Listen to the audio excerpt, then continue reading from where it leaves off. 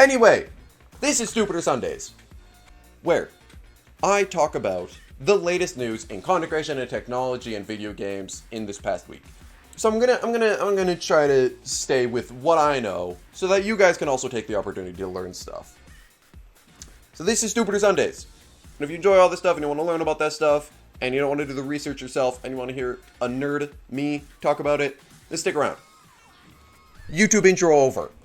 And then I saw other people reacting to trailers online, and it's like, I don't really care, actually. Excuse me. I don't really care, actually. So I'm going to watch it. To Freddy Fazbear's Pizzeria. Fair enough, where right? fantasy and fun come to life. Hit it, guys. If you're watching this video, it means you've been selected as Freddy's newest security guard. Yeah! Newest security guard. Hello? We're going to have so much fun together.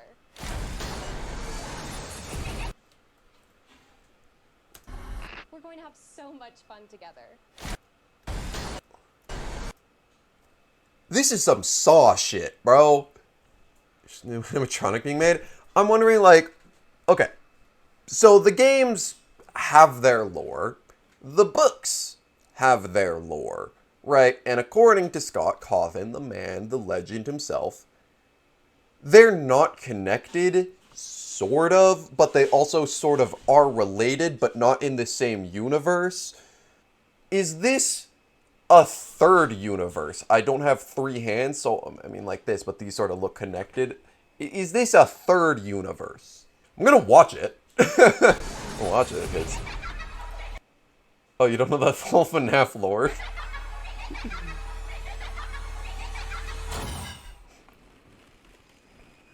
And then ball pit. Jump scare. Do do do do do. Boo boo boo doo. FNAF song. I'm gonna be honest. The only reason I'm gonna be watching it is because it's a FNAF movie, and I just want to see how well it is, like, sort of adapted, I guess, the original vibe and feeling of the game. Aside from that, it's just a horror movie. Like, I don't get too scared about horror movies. Anyway, Futurama, something I'm actually interested in. Yeah! Dude, I fucking love this series. It's fucking hilarious. And it's coming back in 22 days, and I'm actually super excited about it. And I watched the trailer.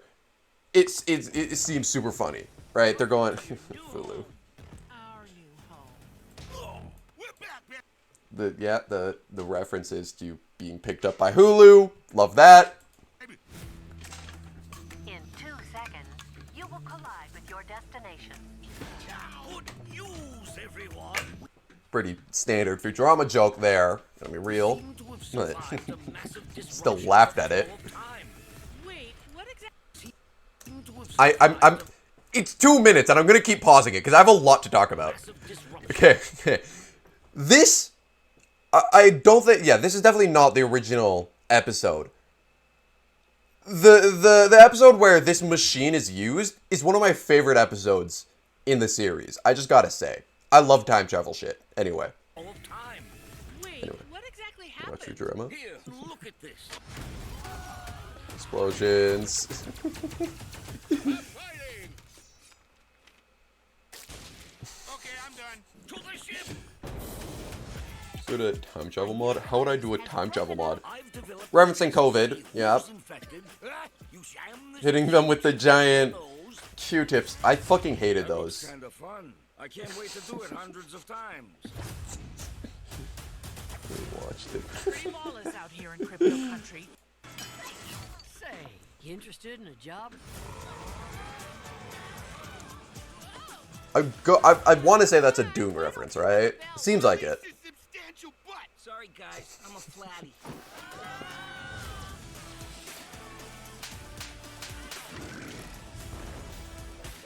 Men's gave me gift. That's an order. You do you, weirdo. Bite my glittering festive ass. Yep. How do we get out of here? Easy. We'll burrow out. I really hope there isn't something really clap that I forgot about in this trailer. Deserve that. No. Okay, yeah, that's the best part. All right. Scented massage oil or fuzzy handcuffs? Yes, guys, Oh, yeah. it's creepy. I mean, yeah, so creepy. Yeah, never mind. It didn't show anything. Okay, yeah.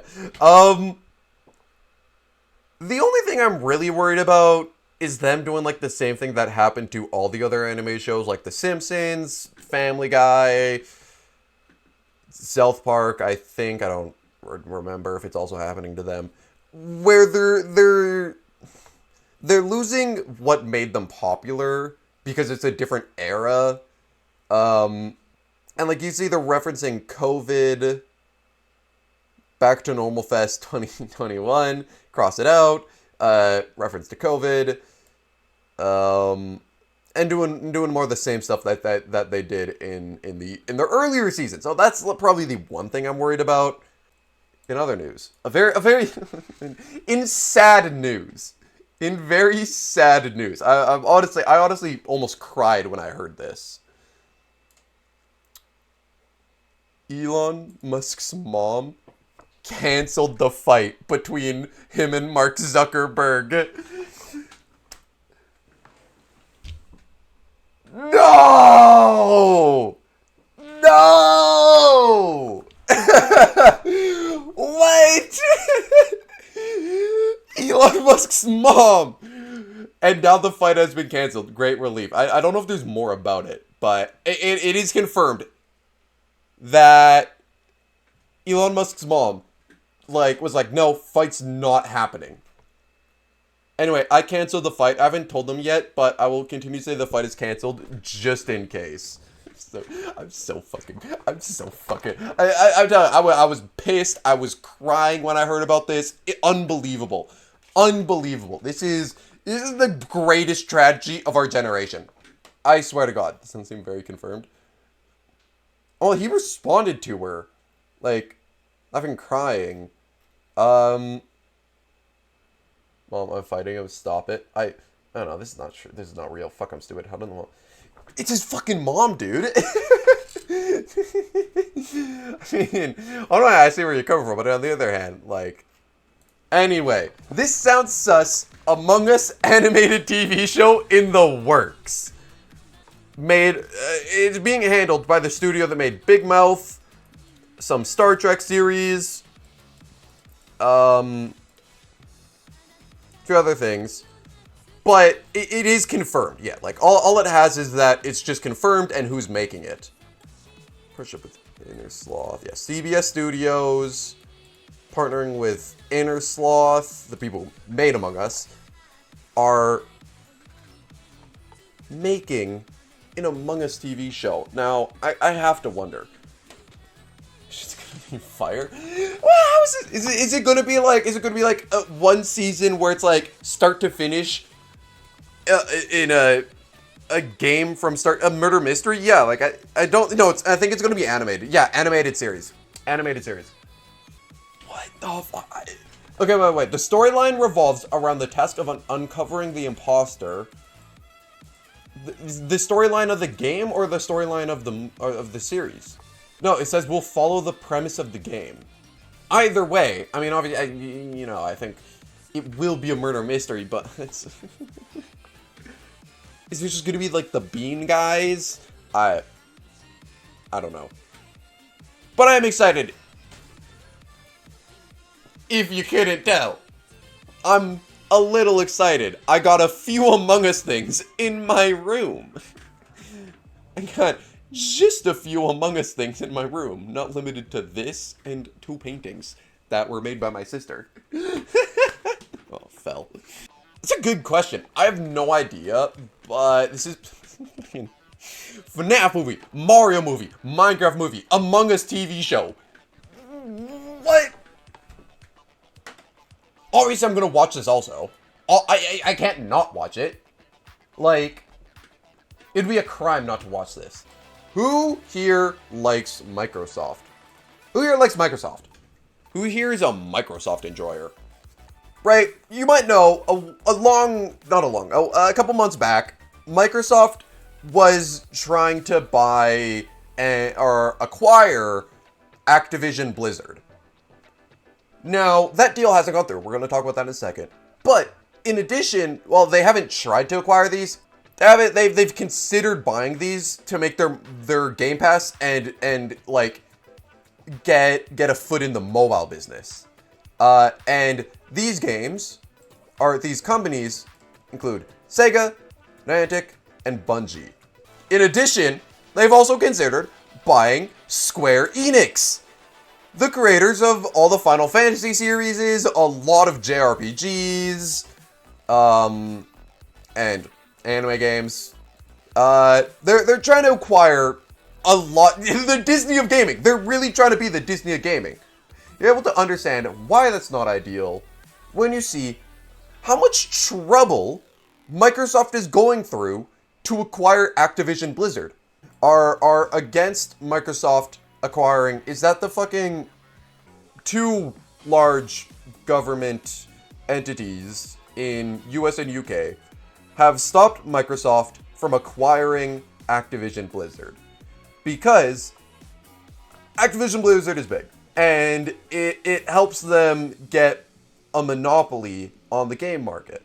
Why they weren't allowed to acquire Activision, why they were stopped, and now Canada actually have started to join in on not allowing this, is because it gives them a ton of games that they can make exclusive to their platforms and leverage over their customers and other customers looking to buy consoles, PCs, and figuring out whether to go right with the whole console war stuff, which one to go with.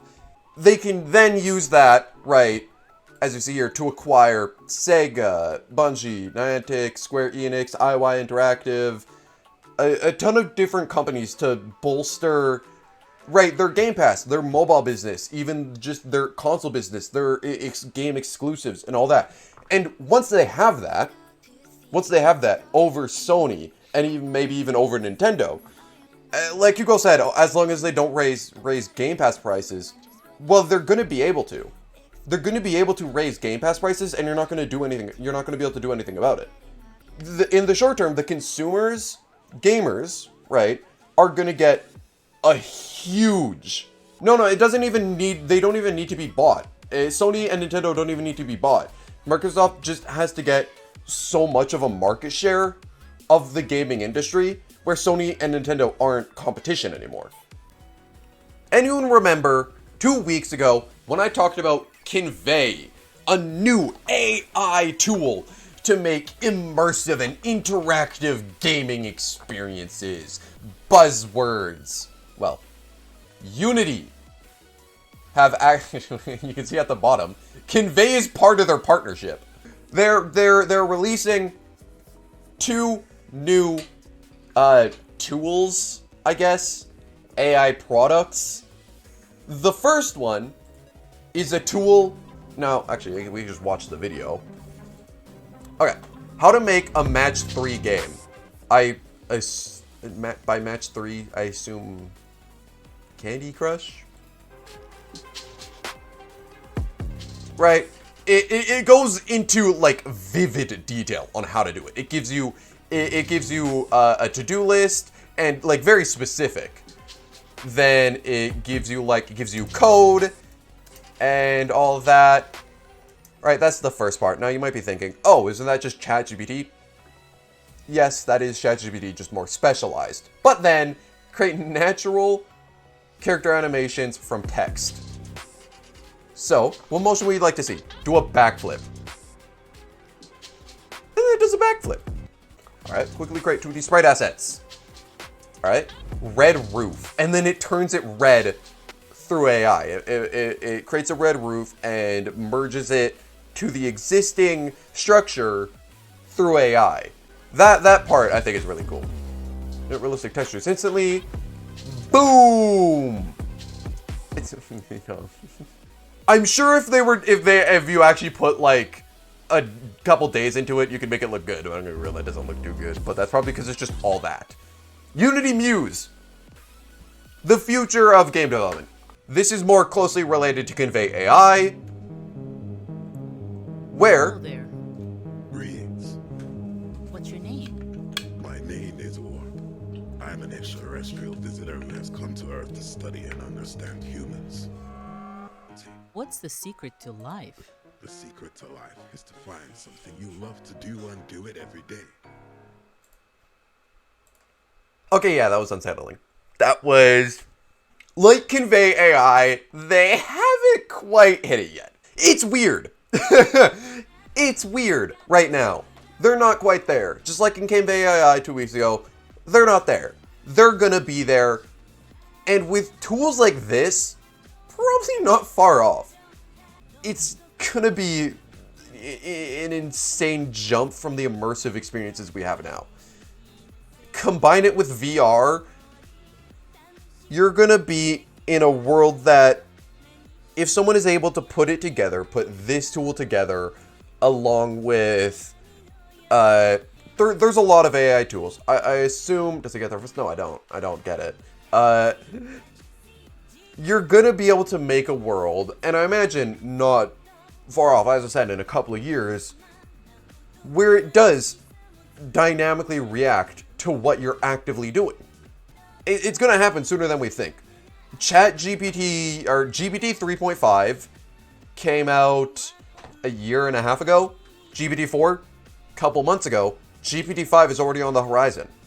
The growth is exponential. We're seeing it quicker and quicker and quicker.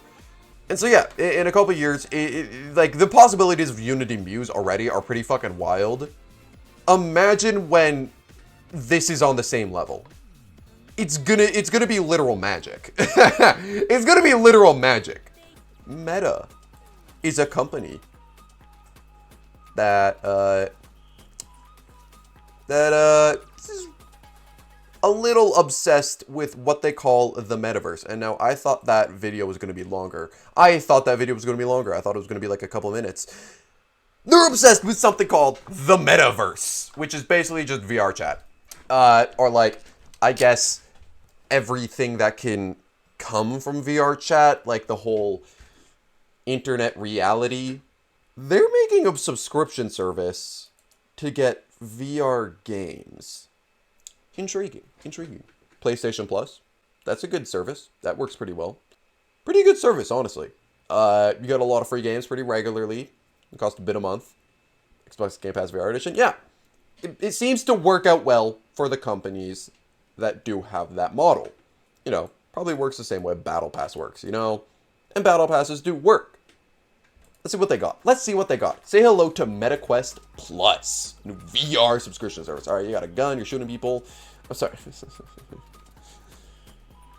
Okay, for just $7.99, and also, you know, having a VR headset and all that set up and being able to run it and all that stuff. Let's see. For July, you will be able to play Pistol Whip and Pixel Ripped 1995. 2 games. Maybe I'm asking a lot, but I feel like you should have more for your first launch, especially for VR.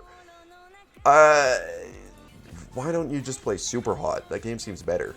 Why don't you just play Super Hot?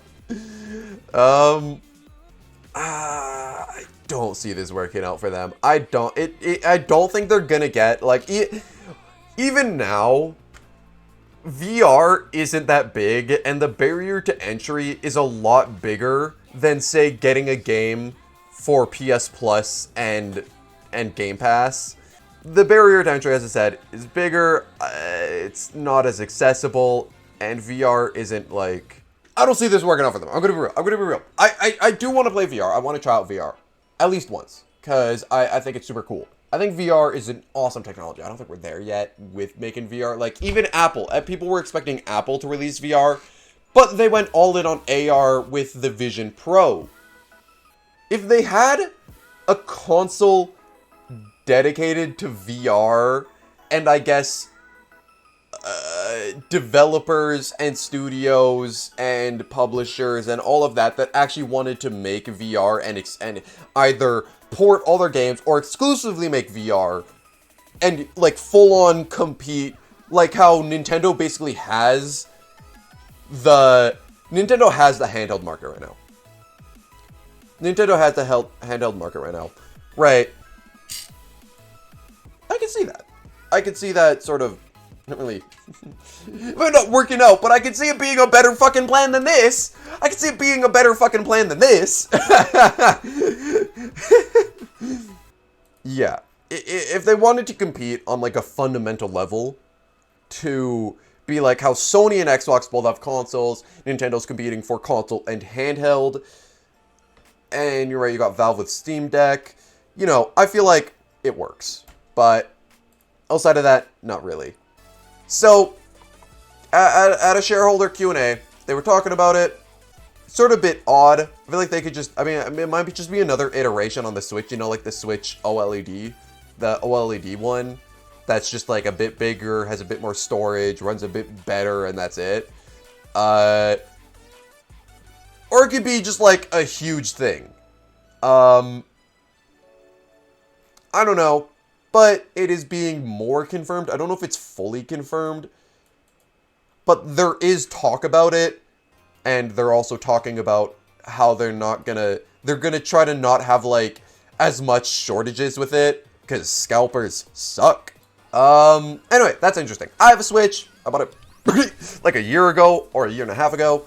So a Switch 2 would actually make me a little disappointed because then I should have just waited. Actually, no. A year and a half is actually, you know, I'm actually happy with that.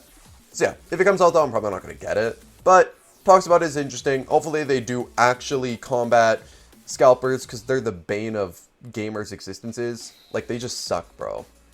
They just suck. They just suck, dude. I don't wanna pay 3 times for a console. That's cringe. Valve won't publish titles that feature AI-generated content. That's interesting. That's nifty. Pretty standard, actually. YouTube has also actually been doing this. If your channel is primarily, or like if you try to upload a video that's using AI content, it can be taken down by YouTube because it actually is somewhat against TOS, which is pretty interesting. And so Steam is also doing it. I think they took down just one game. This might just be one game, but it is setting a precedent that they will be doing it, right? Because obviously, I think it opens them up to lawsuits if they take down this one game and they cite AI reasons, and then they don't take down another game that is AI, using AI-generated stuff. It is interesting. I mean, it sort of was expected, I believe. With many people's concerns about AI being like, sort of, it's going to take away jobs from artists and writers and developers, and it's going to suck out all the creativity of these projects and be just mechanical and created factory-esque and stuff like that. And we're seeing limitations and restrictions being put on it like this. Like Steam, arguably the biggest gaming marketplace, not shipping a game from a developer because it was AI.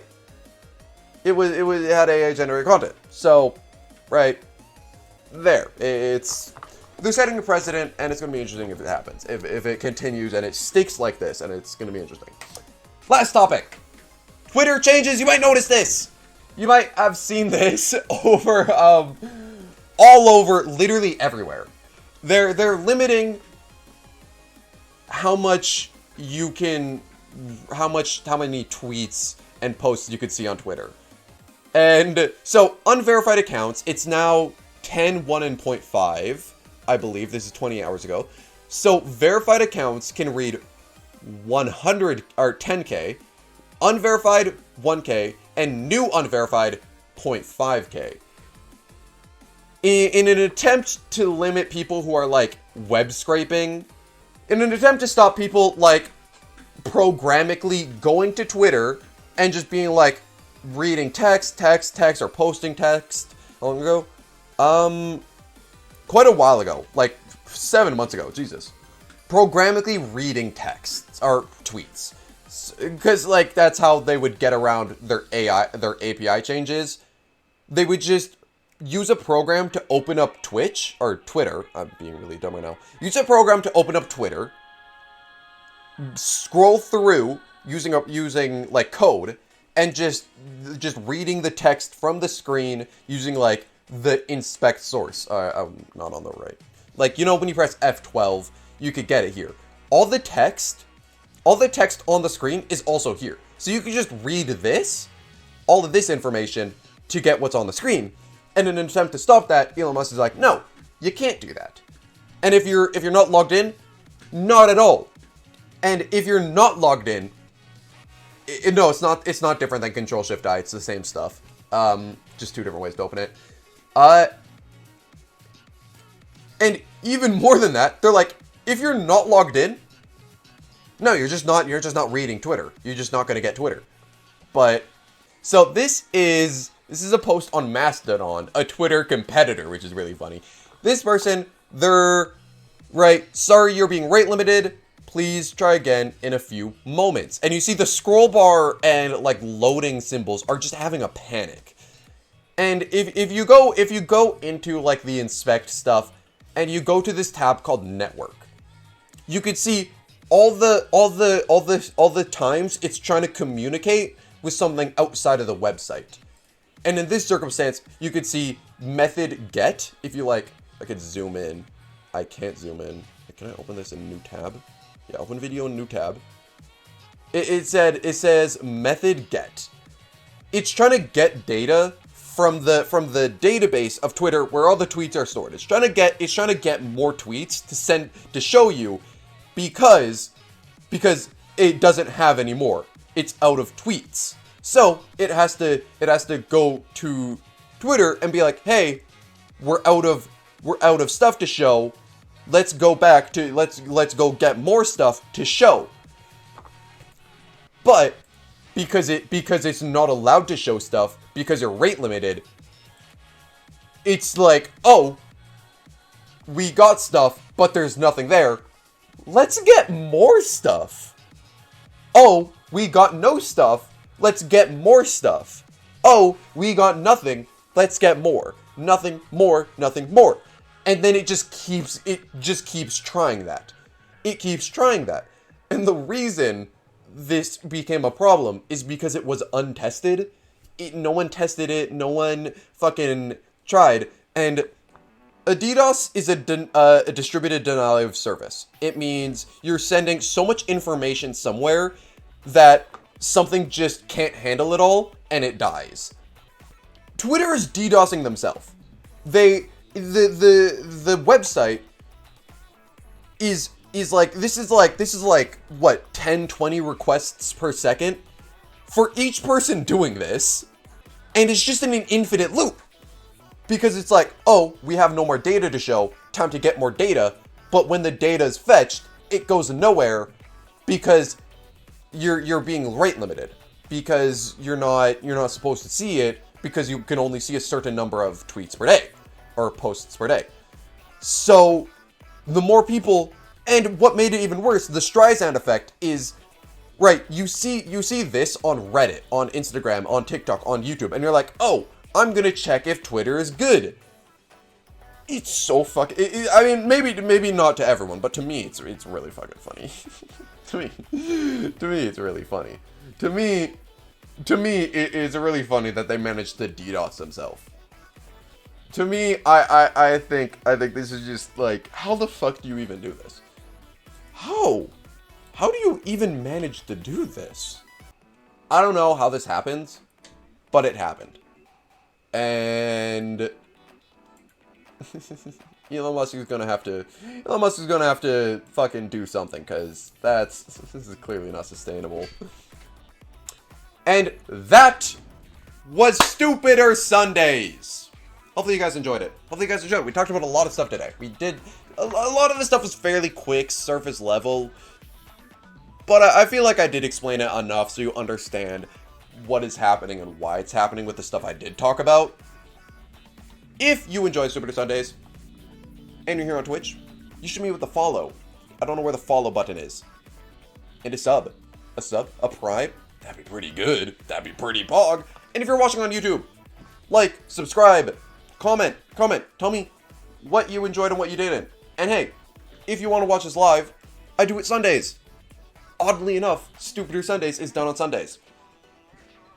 YouTube videos are usually posted a week after, or these these Super Sundance videos are going to be posted a week after on Sunday. But anyway, that's all I got. Hopefully you guys enjoyed.